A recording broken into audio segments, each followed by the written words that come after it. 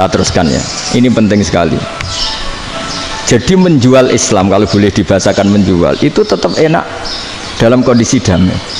Karena kalau kita perang, itu bawaannya kalau ketemu ya perang, kalau ketemu perang, sehingga orang itu rakober diskusi dulu, saat bener Islam sampai kafir itu bener di. Karena tidak kober diskusi, tidak sempat diskusi, orang yang milih yang kafir. Karena yang mayoritas yang kuat, sementara Islam zaman itu lemah. Lah Nabi itu yang diminta hudnah, yang penting kita damai. Terus orang boleh mendiskusikan benar mana kita dan mereka.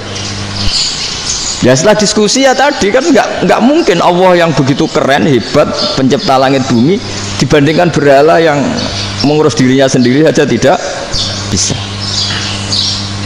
Walhasil terus orang mulai tertarik sama Islam dan aturannya nggak boleh dilarang diskusi itu. Nah makanya saya pernah ditanya beberapa profesor di Jogja, Gus, suatu saat kalau kampus paling keren di Jogja ini ada Islamic Studies, kemudian pengajarnya dari berbagai agama, ini riskan nggak bagi Islam? Saya jawab, asal yang didiskusikan Islam itu nggak masalah, sing repot itu nak umat Islam. Karena kalau umat Islam yang jadi percontohan, banyak raja yang dolim, banyak pemimpin muslim yang dolim, terus identik dengan Islam itu jadi dolim kan ribet. Ya kalau pas umat Islam, kalau Islam yang kumat kan jadi masalah kan. Nah, ini kan terus jadi beda umat Islam sama Islam yang lagi apa? Kumat. Singkat cerita terus Islam mendapat posisi yang luar biasa.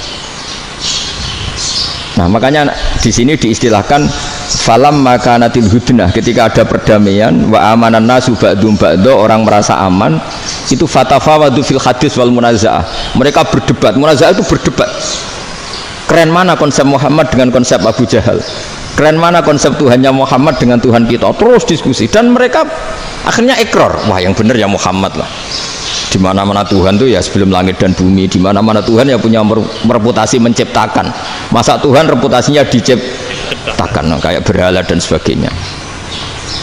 Ibadah juga gitu, ibadah wong kafir itu kalau tawaf itu telanjang, ibadah Muhammad santun pakai pakaian. Terus akhirnya mereka mulai tertarik Islam. Sehingga saya lihat di beberapa tafsir, saya memang tidak akan ngomong yang tidak serius, ngergani Unisma ben sawangane pemikir serius. Di Quran itu sampai lihat di tafsir Tobari itu ada ayat bal naqzifu bil haqqi 'alal batil fayadmaghuhu fa idza huwa zahid. Qadzafa itu kalau di kamus tak lihat itu takallama bila dalilin. Qadzafa itu yes, pokoknya sekenanya. Artinya gini, kebenaran Islam atau kebenaran hak itu kamu taruh sekenanya saja itu tetap menang. Apalagi kamu taruh secara teratur, kamu taruh sekenanya saja itu tetap menang. Sehingga di sini banyak sahabat yang hidup di Cina. Sekarang juga banyak orang alim yang milih hidup di Amerika, banyak orang alim yang milih hidup di Inggris. Dan mereka pede, percaya diri, karena kebenaran itu kamu letakkan di mana saja, itu tetap akan menang, akan menemukan momentum kemenangannya. Misalnya gini, contoh paling gampang. Dulu para peneliti, saya ulang lagi, dulu para peneliti itu ya datang kemana-mana, termasuk Ibnu Battuta, termasuk Ibnu Khaldun, ya semua peneliti itu suka neliti. Setelah diteliti, Quran itu satu-satunya kitab suci yang membicarakan sains, misalnya tentang falak, tentang astronomi, tentang asal-usul kejadian manusia, kejadian makhluk, juga bicara tentang geografi, geologis, semuanya. Sementara kitab lain hanya cerita tentang mawaid wal hikam wal ibar. Jadi diteliti kayak apa, pada akhirnya hak ini yang menang. Bal naqzifu bil haqqi 'alal batil fayadmaghu fa idza huwa zahid. Saya berkali-kali cerita, ada ulama yang ahli matematika. Ketika ditanya kenapa kamu suka ngajar matematika, sampai muridnya itu ragu, ini guruku mlebu swarga ta ora, penggaweane mulang matematika. Tapi para muridnya bermimpi bahwa Imam Amudi itu disuruh ngajar para malaikat, dan itu pede betul ya. Kata Allah, ini ulama saya yang iman kepada saya setingkat iman kamu. Jadi malaikat itu tidak mungkin Gusti, kita menyaksikan langsung engkau, sementara ini di bumi nggak nyaksikan jenengan, kenapa bisa sepede dan seyakin itu? Akhirnya Imam Amudi disuruh ngajarin matematika. Jadi Anda kalau profesor itu nanti harus sempat ngajari malaikat, itu baru benar-benar profesor. Jadi nanti di akhirat ngajari siapa? Malaikat. Jadi ada seminar yang melibatkan banyak malaikat, narasumbernya itu seorang profesor.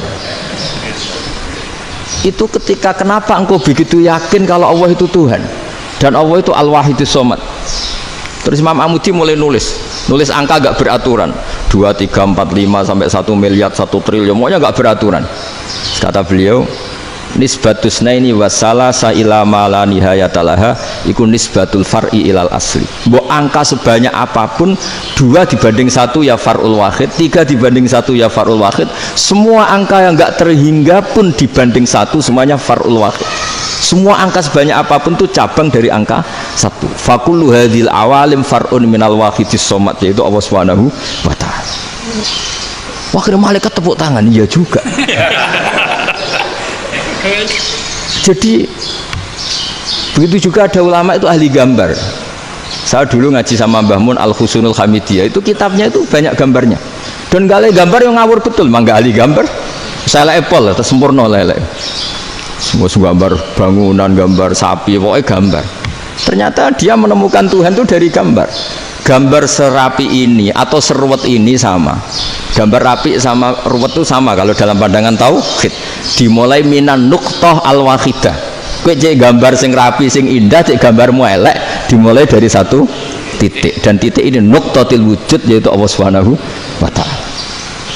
Jadi nak cara ahli tauhid gak penting gambarnya api, menang lomba atau ora penting. Butuhe hadis surah ini gambar baik yang rapi maupun ndak adalah min nuqtah dari 1 titik.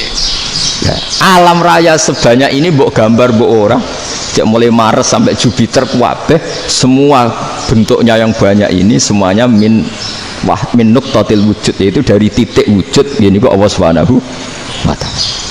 Di sini hebatnya ulama-ulama, mbok dia pengajar matematika, mbok pengajar